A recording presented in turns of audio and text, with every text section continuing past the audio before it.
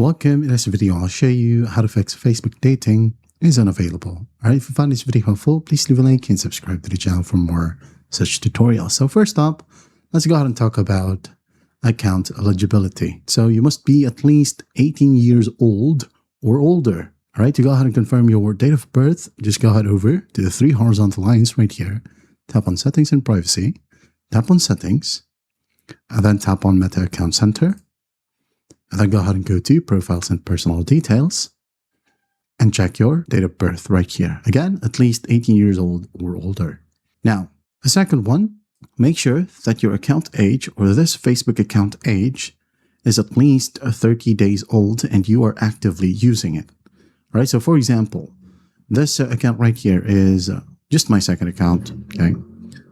I'm just using this one for tutorial videos, but as you can see here, it's been 7 months. I still don't have the Facebook dating. Let's go ahead and check right here under See More.